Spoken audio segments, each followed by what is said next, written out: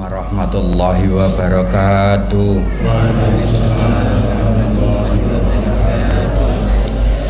A'udzubillahi minasyaitonirrajim. Bismillahirrahmanirrahim. Qul huwallahu ahad, Allahus samad, lam yalid wa lam yulad wa lam yakul lahu kufuwan ahad. Allahumma sholli ala Muhammad wa ala ali Sayyidina Muhammad. Sadaqallahul adzim. Para jemaah sekalian yang sangat kami hormati, sangat kami muliakan, juga yang dirahmati Allah Subhanahu wa taala, baik yang saat ini hadir maupun yang saat ini sedang mendengarkan. Alhamdulillah, ini tadi baru selesai kita melaksanakan sholat tarawih berjamaah dalam keadaan sehat-sehat walafiat. Para jamaah sekalian yang sangat kami hormati, ada salah satu hamba Allah yang memberitahukan mengenai tentang apa yang kami ceritakan mengenai Nabiullah Khidir alaihissalam. Berarti ada jemaah yang merespon keterangan kami di sini. Cuma beliau merahasiakan di mana rumahnya dan siapa namanya. Tidak masalah kalau itu.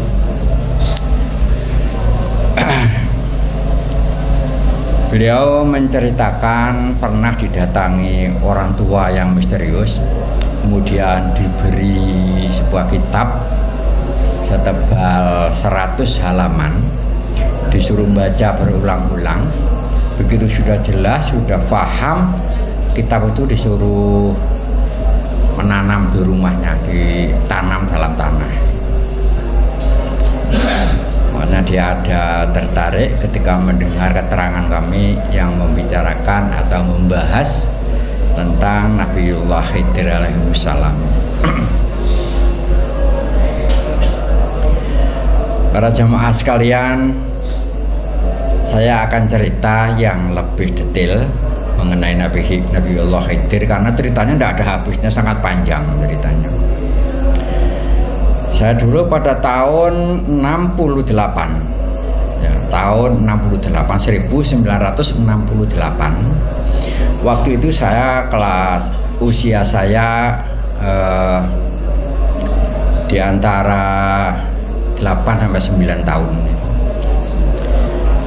Kemudian saya waktu libur sekolah, saya berkunjung ke rumah saudara saya di daerah Belung Buntaran sana. Namanya Mbak Suwarti di sana. Saya ada di sana.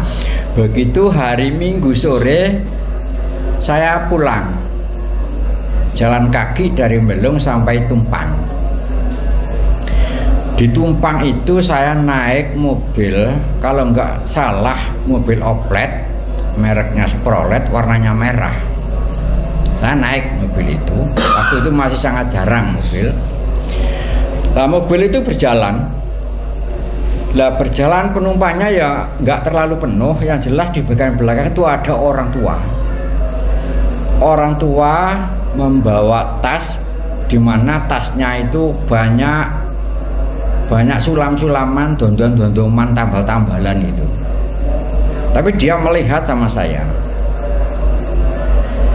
Lah di bagian tengah itu ada seorang wanita menangis. Nangis itu nggak diam-diam. Lah orang satu mobil itu nggak ada yang menanya iya nggak apa ya, diem aja, dibiarkan nangis sendirian itu. Akhirnya saya nekat, saya datangi orang itu. Bu, kenapa kok nangis? Orang itu cerita juga sambil nangis. Dia itu ceritanya datang dari Madura jauh-jauh mencari saudaranya yang ada di Tumpang. Padahal alamatnya ya jelas, memberi alamat itu sangat jelas. Ketika didatangi ke Tumpang, ternyata orangnya nggak ada. Nah, dia nangis tadi, apa yang tak buat ongkos pulang ke Madura ini, itu yang ditangisi itu. Jadi dia sama sekali tidak punya uang. Nah kemudian saya tanpa pikir panjang, saya tanyai berapa biaya sampai ke Madura untuk 2 orang. Waktu itu ada 2 orang. Setelah menyebutkan ternyata uang saya cukup, tak ambil semua, tak kasihkan. Ya. Saya hanya mensisakan untuk membayar mobil oplet tadi ya. Setelah tak kasih itu langsung disaut uang itu tadi, langsung disaut dan tidak melihat sama sekali sama saya. Yang ngasih ini anak-anak apa orang tua atau siapa, nggak dilihat, sudah langsung disaut gitu. Langsung diam, tapi diam, langsung nggak nangis, nggak bilang terima kasih, ya nggak bilang apa, enggak. Bahkan melihat saya pun tidak. Lah pada waktu itu di hati saya ada sedikit rasa kurang enak itu. Seharusnya ya kesulitannya dibantu, seharusnya ya melihat atau bagaimana atau bilang terima kasih atau apa, aturannya itu memang demikian. Tapi itu sama sekali enggak. Nah, setelah itu sudah selesai kan, saya pulang, saya sampai di Sumber Pasir, di Ngerangin sana saya turun karena rumah saya di situ. Setelah pulang ya sudah, ceritanya sudah selesai sampai di situ. Nah, kemudian tahun berganti tahun, akhirnya tahun 2013. Dari tahun 68 atau 69 sampai tahun 2013. Pada saat itu saya pergi umroh sendirian. Ada di Madinah. Ada beberapa keanehan. Keanehan tadi itu gini. Malam tuh saya kepingin makan ikan apa saja. Besok paginya tersedia di hotel itu. Persis seperti yang saya inginkan itu. Sepanjang di Madinah itu. Saya pikir, kok gimana kok bisa begini ya. Saya kepingin apapun makanan disediakan persis yang saya inginkan itu. Setelah selesai ada di Madinah beberapa hari, waktu itu bulan puasa, saya akhirnya rombongan pergi ke Mekah. Di Mekah juga demikian. Saya pengen apa saja ada di situ tersedia. Saya mikir-mikir ini, apakah waktu saya menginginkan sesuatu tadi ada yang nyadap atau gimana? Tidak ada yang tahu, saya tidak bilang siapapun. Lah setelah itu perjalanan pulang, mau naik pesawat di Jeddah sana. Saya baris antri mau masuk ke bandara. Di situ ada orang menceritakan cerita tentang dia tuh memberitahukan anaknya, dia nuntun anak kecil gitu. Lah itu orang Madura, bicaranya ya bahasa Madura tulen itu, tapi saya tahu apa yang dibicarakan. Intinya begini, kamu itu lek kasih uang sama orang, jangan mengharapkan apapun. Jangan kamu mengharapkan terima kasih, ada jangan. Nggak pas itu. Biar orang yang terima kasih apa enggak masalah. Kalau mau ngasih kasih aja. Bicaranya itu begitu. Saya jadi ingat kejadian waktu di dalam mobil itu. Wah, berarti yang melihat saya orang tua laki-laki itu. Akhirnya saya perhatikan orang yang cerita tadi itu. Benar, orang yang cerita itu orang yang ketemu saya di dalam mobil merah, Chevrolet warna merah itu. Tapi dia nuntun anak kecil. Anak kecil itu saya perhatikan baik-baik. Bajunya warna drill coklat, celananya juga drill tapi belang bonteng gitu ya, sebagian warna coklat, sebagian warna biru. Persis pakaian yang saya bawa pulang dari Belung ke Ngerangin dulu. Saya jadi terkesima melihat itu. Lah akhirnya setelah perjalanan dekat, padahal beliaunya itu di luar garis. Saya tanya, ya mau pulang gitu, mau pulang. rumah saya di Madura, bilang gitu. Lah kok enggak bawa kalung, enggak bawa gelang, enggak bawa tanda apa, buat apa? Saya kalau pergi umroh tidak memerlukan biaya apapun. Saya berdua ini tidak membawa apapun. Saya kaget juga lah, ini jauh-jauh dari sana. Dan nanti lihat dikontrol di dalam bagaimana? Ya biar aja dikontrol, enggak apa-apa. Waduh, ini orang aneh ini. Nah kemudian ketika masuk ke pesawat, saya enggak ketemu, enggak apa-apa. Sepanjang perjalanan juga enggak ketemu, enggak apa. Tapi ketika turun di Brunei, waktu itu lewat Brunei pulangnya, setelah keluar dari pintu pesawat, ada di tangga, beliau sudah ada di sebelah saya. Gimana? Saya enggak banyak uang, enggak bawa apa, enggak bawa tiket. Kok sampai di sini itu? Iya ya, kok bisa? Iya bisa. Sampai turun sampai di bawah. Nah setelah itu karena banyak orang pisah lagi. Lah setelah di situ ganti pesawat, ya, ganti pesawat. Waktu sampai ke Brunei itu pesawatnya pesawat besar sekali ya memang. Nah, ketika perjalanan ke Surabaya ganti pesawat yang agak kecil. Itu naiknya juga enggak ketemu saya. Tapi turunnya begitu keluar dari pintu langsung di sebelah saya lagi. Tetap nuntun anak kecil itu. Saya sudah enggak enak ini pakaian saya dulu itu. Udah gimana itu udah. Nah, akhirnya ketika sampai di Surabaya juga pisah lagi. Beliau sudah kemana itu udah ada karena banyak orang. Terus saya pulang. Perjalanan pulang itu saya berpikir dengan keras, apakah yang menemui saya di sana dengan yang menemui saya di dalam mobil merah Chevrolet merah oplet itu sama atau bagaimana? Kalau dilihat dari kata-katanya tadi seperti iya itu. Nah kejadian seperti itu ya perlu kita ambil hikmahnya. Hikmahnya sangat mudah kalau itu tadi. Kalau manusia itu tertuntun, makanya tadi dituntun anak kecil tadi, dituntun terus tidak pernah lepas itu. Manusia itu apabila dituntun dan tertuntun, maka dia tidak akan melampaui batas itu. Dan berapapun bagaimanapun keadaan kita sekarang tetap bersyukur, itu demi kebaikan. Itu hikmah yang pertama. Hikmah yang kedua, bagaimanapun bentuk wujud kita, berapapun hasil pendapatan kita, kita harus tetap punya niat untuk pergi haji. Masalah kapan bisanya, tahun berapa itu urusan Allah, tapi niat harus tetap terpasang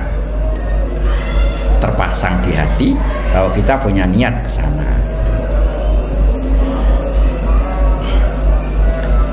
Itu yang pertama. Lah kalau yang tak ceritakan kemarin tentang tahallul itu yang kedua. Itu yang kedua. Saya berjumlah banyak kalau itu juga ketemu itu. Jadi yang motongi saudara-saudara saya itu tanpa diketahui, tanpa disadari, ya Nabiullah Khidir itulah yang motongi, yang tinggi rambutnya itu. Jadi sekali lagi kami jelaskan dengan Anda semua bahwa Nabiullah Khidir itu cuma satu, tapi ada dimanapun, ada di setiap orang. Kita akan kesulitan mikirin tentang itu. Itulah keagungan Allah. Itulah keagungan Allah. Gak bisa dinalar dengan akal manusia. Ya, karena beliau adalah tidak berbadan jasmani tapi berbadan rohani, ya seperti itu. Bisa dimanapun, itu bisa dimanapun sekehendaknya sendiri, kemana aja dia bisa pergi mengelilingi dunia dalam hitungan menit,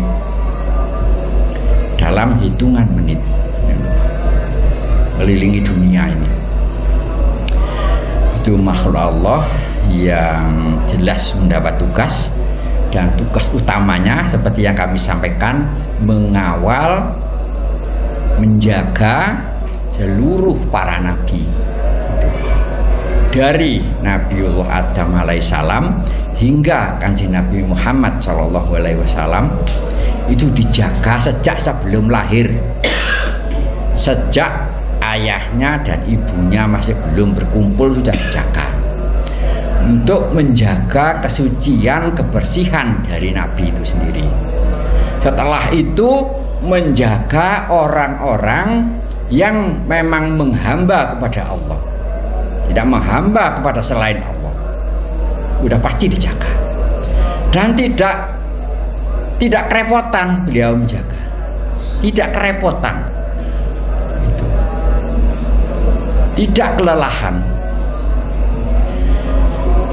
Nah, itu cerita yang tak sampaikan tadi, ada kesamaan dengan yang pernah saya ceritakan waktu ibu saya sakit gatal di perutnya. Karena di depan pintu rumah itu, pintu dapur, ada benda pusaka yang mana setiap hari dilangkai oleh ibu saya. Kemudian ibu saya sampai sakit gatal nggak sembuh-sembuh. Itu akhirnya saya berniat ingin berpuasa di dalam kamar. Rencana saya 40 hari 40 malam. Tapi mendapat 6 hari 6 malam 7 saya sudah ketemu seperti tak ceritakan dulu. Di bawah pintu dapurnya ibu saya itu tanahnya terbuka sedalam 16 meter. Kemudian di depan pintu saya sendiri, rumah saya itu juga terbuka, tanahnya sedalam 16 meter. Di dalamnya 16 meter tadi ada gua. Di dalam gua itu mengalir seperti sungai, airnya sangat bening. Mengalir itu arahnya tepat ke bawah pintu rumah saya sendiri. Nah, kemudian dari dalam gua saya perhatikan baik-baik, ada seseorang yang berjalan, dan cara jalannya sudah jelas orang yang sangat gagah, sangat kuat, karena suaranya itu sudah kedengaran sangat jelas. Cerak, cerak, cerak, cerak. Waduh, ini siapa ini yang keluar dari dalam gua ini? Ketika keluar dari dalam gua, saya perhatikan itu juga ada orang tua menuntun anak juga. Itu saya perhatikan anak itu yang dipakai pakaian saya, cuma waktu itu masih kecil ya, masih belum sekolah waktu itu. Zaman dulu itu kaos kutang belum musim. Zaman dulu waktu kecil itu pakai celana hijau, kemudian namanya ansop. Ansop itu di depannya yang ada kainnya, di belakang itu telanjang, tapi diikat gitu. Ya cuma begitu. Tapi tangannya tetap memegang tangan si anak tadi, nggak dilepas sama sekali. Nah, berjalan ke arah masuk ke pintu. Begitu mau masuk, si anak kecil tadi melihat saya, kemudian dia minta gendong. Padahal sedalam 16 meter tangan saya kok bisa sampai itu. Tak ambil, tak gendong, rasanya sangat sejuk itu, tak gendong itu. Kemudian si Pak tua tadi memberikan kode pakai tangan, tapi kodenya saya tahu yang dimaksud itu, kamu duluan nanti tak susul itu. Setelah itu tanah itu kembali seperti semula itu. Lah setelah itu saya sudah keluar dari ruangan, dari kamar sudah keluar, berarti ini sudah dikasihkan ini. Berarti sudah dikasihkan pusaka itu mesti akan diberikan sama saya. Lah di situ ada rasa. Kalau disebut WC ya saya tidak mendengar apapun. Kalau disebut petunjuk juga nggak ada apa-apa, saya diam. Cuma ada rasa langsung ada rasa itu aja di hati saya. Lah rasa itu saya harus pergi ke Madiun, ke rumahnya saudara saya yang paling tua.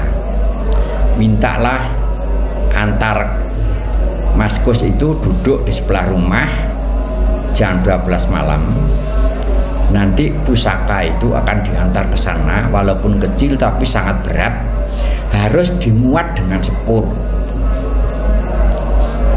Nah, akan saya keluar, setelah keluar saya ke Madiun. Kakak saya Mas Gus tajak ke sebelah rumah, di situ ada tanah kosong sedikit, saya duduk di situ. Nah, kakak saya memanggil temannya, ternyata temannya itu adalah seorang tokoh di sana, pimpinannya paranormal di sana. Nah, kemudian pimpinan paranormal tadi tak pesen nih, nanti datangnya itu seperti sepur datang. Saya harap jangan takut, jangan berat, jangan apa, walaupun terdengar suara sepur. Oh iya, nggak mungkin saya takut itu. Saya waktu itu nggak tahu lah dia itu pimpinannya paranormal. Saya duduk aja di situ. Duduk belum ada 1/4 jam, terdengar suara sepur itu. Brok brok brok brok. Wih, ya sepur itu gimana? Ya pasti seperti di dalam tanah itu. Dan di tempat duduk saya itu getar tanahnya itu, seperti mau nerjang orang 3 ini. Ya betul, sudah dipesan nih gitu ya, 2 orang ini mau lari. Siapa yang mau diteras sepur? Akhirnya tak pegang sarungnya, pakai sarung tak pegang, ya nggak lari. Setelah datang, ditaruh sepur kembali. Nah, kemudian tak lihat barangnya itu, pusakanya itu sangat kecil sekali, berbentuk seperti patung, Oh, ini yang membuat ibu saya kesakitan sekian tahun itu. Nah, ketika tak bawa ke rumahnya kakak saya Mas Gus ya, ini Mas Gus pusakanya, sama mau bawa, karena baunya itu seperti mayat. baunya itu seperti mayat, seperti apa itu, cendana, kayak cendana itu persis mayat, sehingga ketakutan. Paranormal pun takut. Oh enggak lah, ini bukan kapasitas saya, kalau ini sama sendiri yang bawa ini, enggak ada yang mau. Akhirnya saya bawa. Malam itu juga saya langsung pulang ke Malang, dari Madiun ke Malang. Sampai di Malang, saya panggil ibu saya, ya, tak suruh minum air tadi baru tak unggul-ungguli pusaka tadi, patung kecil tadi. Habis diminum, terus pulang tidur. Barangnya juga tak taruh di atas lemari, saya tidur. Belum lagi tenglur saya tidur itu, ibu saya sudah ngedor pintu lagi datang. Ada apa? Katanya gatalnya sudah hilang, bekasnya pun nggak ada. Gatalnya itu nggak ada, bekas-bekas yang hitam-hitam pun nggak ada. Jadi saya berpikir keras ini ujian berat buat saya ini. Ujian yang sangat berat.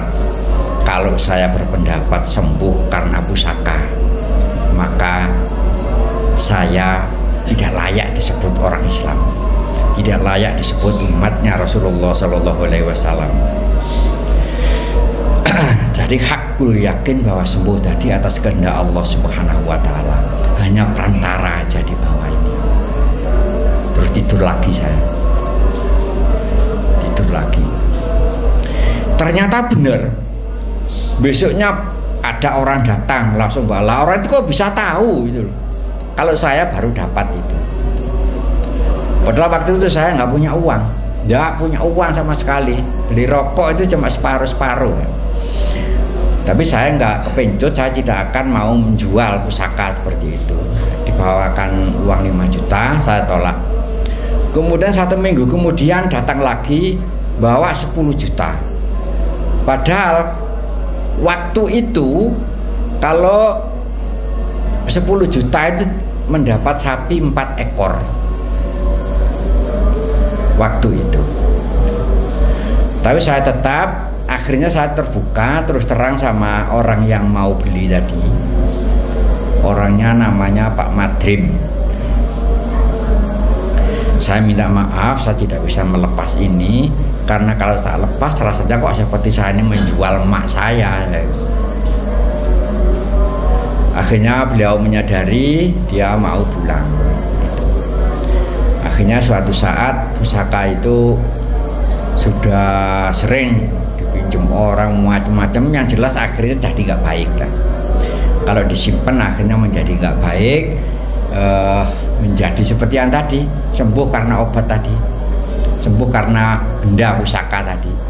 Nah, kemudian tak ringkes, akhirnya tak kubur waktu saya bangun musola. Selesai, udah tidak ada ya sekarang. Bapak Ibu sekalian yang sangat kami hormati, yang ketemu di mobil, ketemu di Madinah, ketemu di Jeddah, kemudian dari dalam sumur tadi itu sama. Itulah Nabiullah Khidir alaihissalam, bisa berubah wujud sesuai kehendaknya. Sewaktu-waktu bisa menemui siapapun. Tapi kalau kita ingin ketemu dia, tidak bisa. Itu. Kita banyak amalan, banyak wiritan, mau ketemu Nabi Khidir justru tertipu. Bukan Nabi Khidir yang hadir. Itu. Malah Jim Korin namanya. Jim Korin itu bisa wujud siapapun dan mengaku dirinya Nabi Khidir. Kalau itu tadi enggak. Itu pun lama, saya beberapa kali ketemu lama, tapi saya tanyai juga melalui dari dalam hati, dari hati ke hati. Beliau tidak menjawab saya lah Nabi Khidir, enggak begitu. Beliau hanya menjawab karena waktu itu ketemunya pas di sungai, ya sungai besar sekali. Beliau berjalan di atas sungai. Lah pada saat itulah saya bertanya, siapakah sesungguhnya Anda ini? Tidak perlu banyak tanya, yang jelas saya salah seorang nabi itu. Nah sekarang kita ini walaupun orang bodoh, nabi siapa lagi? Selain Nabi Khidir juga tidak mungkin dia berjalan di atas air, gitu. Berjalan di atas air waktu ketemu itu. Itu masih sering lagi ketemu saya, banyak lagi. Saya sering setiap habis ketemu tanpa suara, tanpa apa-apa, saya bisa merasakan. Saya sering cerita, siapapun orang yang berprasangka buruk dengan bapaknya bertahun-tahun, selalu ada prasangka buruk, tidak segera disadari, ada kemungkinan orang itu sakit kanker otak, ada kemungkinan orang itu sakit sinusitis, yang jelas penyakitnya ada di kepala. Saya kan sering menyampaikan itu. Itu siapa yang ulangi? Kitabnya nggak ada. Kitabnya itu nggak ada. Juga yang lain-lain, penyakit apapun itu. Cuma kalau mulang, kalau memberitahukan itu tidak terdengar suaranya, tidak ada apa-apa. Tapi kok saya bisa tahu? Saya bisa tahu, bisa merasakan dengan jelas. Ada seorang prasangka buruk dengan suaminya bertahun-tahun, tidak segera disadari, tidak segera dirubah caranya berpikir. Bisa kemungkinan karena kanker serviks atau kanker payudara. Itu siapa yang mulang? Itu. Dan ilmu-ilmu seperti itu tidak akan pernah habis. Sebab ilmunya beliau itu di atasnya Nabi Musa. Nabiullah Musa itu kurang cerdas di mana? Kurang sakti bagaimana? Masih nggak lulus ikut Nabiullah Khidir. Itu. Loh seperti itu masih banyak orang yang nggak percaya. nggak percaya. Padahal di dalam rukun iman ya, rukun iman pertama percaya dengan Allah. Memang percaya dengan Allah, janganlah kita ibadah karena selain Allah, khususnya yang fardu. Syahadat, sholat, zakat, poso, haji bila mana mampu, jalani karena Allah. Kalau memang percaya dengan Allah, kalau memang beriman dengan Allah itu. Nah, kemudian yang kedua, percaya dengan malaikatnya Allah. Lah sementara Nabiullah Khidir sudah tak jelaskan bahwa itu Nabiullah Khidir sama malaikat Jibril, Mikail, Israil itu satu rating. Para malaikat itu. Jadi Allah belum menciptakan Nabiullah Adam alaihissalam. Nabi Khidir sudah ada di situ, tahu persis.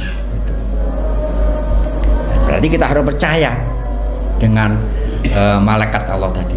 Yang ketiga, percaya dengan kitabullah, kitabnya Allah. Lah kita ini seorang muslim harus percaya dengan kitab-kitabnya Allah. Lah kitabnya Allah yang diturunkan dari Allah tadi hanya ada 4, namanya Taurat, Zabur, Injil, kitab suci, Al-Quran. Bukan hanya Quran, cuma pengertiannya, keterangan apapun yang ada di Taurat itu di Quran ada.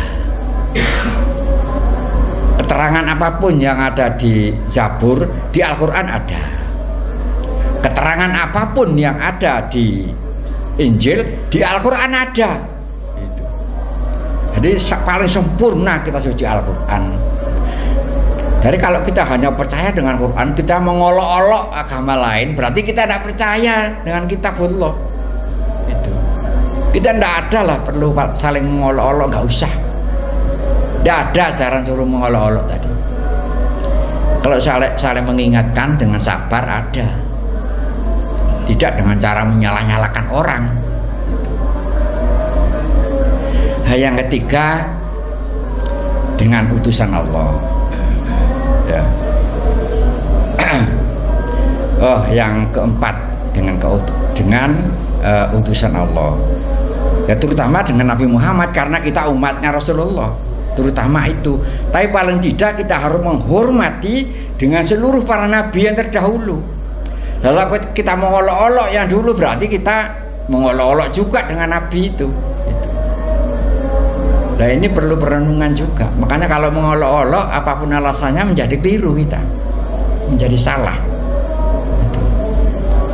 Karena yang namanya utusan tadi, yaitu tadi. Ya kalau kitabullah tadi bukan hanya Quran, tapi Taurat, Zabur, Injil, Al-Quran. 4 itu yang memang hak dari Allah. Kalau selain itu, wallahu alam, saya tidak komentar apa-apa. Saya tidak komentar apa-apa. Yang asli dari Allah itu. Kemudian Qadar dan Qadar. Percaya dengan Qadar dan Qadar. Kalau Qadar dan Qadar tadi begini. Ada orang ikut pilihan, baik lurah atau presiden. Kemudian salah satu menang. Kalau dia punya iman, langsung terima. Dia menang itu atas kehendak Allah. Bukan karena banyak dukungannya, enggak. Allah menghendaki dia menjadi presiden, menjadi pimpinan atau menang, itu memang atas kehendak Allah. Sehingga Allah menggerakkan hatinya orang banyak memilih beliau. Itu pemikiran orang yang punya iman. Itu. Karena dia tidak menyalahkan Qadar dan Qadar kok. Tidak menyalahkan. Tapi yang terjadi apa? Kalau kalah itu berapa tahun sih, waduh, ngoceh terus, nggak terima. Bukti bahwa dia nggak punya iman. Itu kena pasal Qadar dan Qadar tadi. Tuh. Yang terakhir, percaya dengan hari kiamat. Hari kiamat itu sama dengan kematian, mati atas kehendak Allah. Cuma kalau kiamat tadi, kiamat kubro, sama. Itu Allah yang punya wewenang. Kapanpun dikiamatkan. Seperti kita ini, kapanpun dimatikan, memang atas kehendak Allah, bukan mati karena suatu penyakit. Tapi kalau sakit kita harus upaya, harus ikhtiar berobat. Jadi saling terkait pengetahuan ini, saling terkait satu sama lain. Nggak ada yang nggak terkait. Selain Allah, apapun namanya itu sesuatu. Tetapi tidak ada sesuatu pun yang tidak diliputi Allah. Tapi Allah meliputi di segala sesuatu. Itu makanya saling berkesinambungan. Allah menggerakkan apapun tidak ada sulitnya. Membuat orang menang, membuat orang kalah, ya itu wewenangnya Allah sendiri. Makanya kalau kita tidak menghamba kepada Allah, kita ini jadi banyak nggak terima dengan apa-apa yang diputuskan oleh Allah. Gitu. Tapi kalau kita menghamba kepada Allah, ya maksudnya ibadahnya itu karena Allah, khususnya yang fardu. Saya nggak bicara yang lain-lain. Itu yang fardu kita lakukan karena Allah, bukan karena selain Allah. Maka dia bisa merasakan perubahan alam semesta ini, sebab akibatnya. Kalau ini begini akhirnya begitu, lah ini begitu akhirnya begini. Itu jelas bisa dirasakan seperti sebab penyakit tadi loh. Kalau sifatnya tetap seperti itu akhirnya begitu.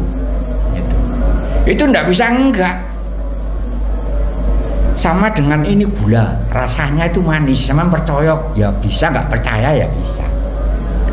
Tapi nggak percaya ya namanya orang kurang beres. Ini garam, rasanya asin.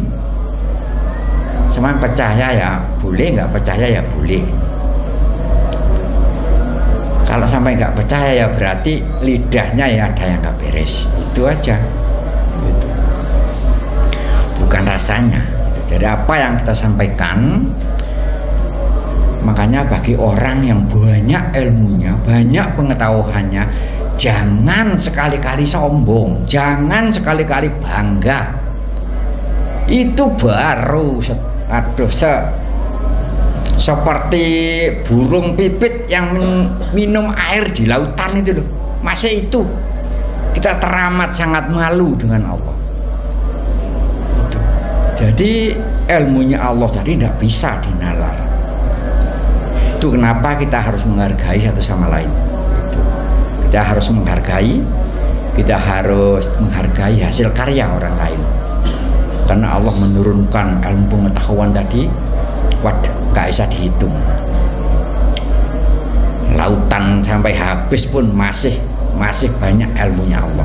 Gitu. Saudara-saudaraku sekalian yang sangat kami hormati, seseorang bisa rendah hati, seseorang bisa hilang dengan sendirinya kesombongannya tadi. Kalau enggak Allah sendiri yang menjaga, mustahil. Itulah sebabnya kenapa ibadahlah karena Allah, khususnya yang fardu, sehingga sifat-sifat yang menjadikan nggak disukai oleh Allah tadi, Allah sendiri yang mengambil.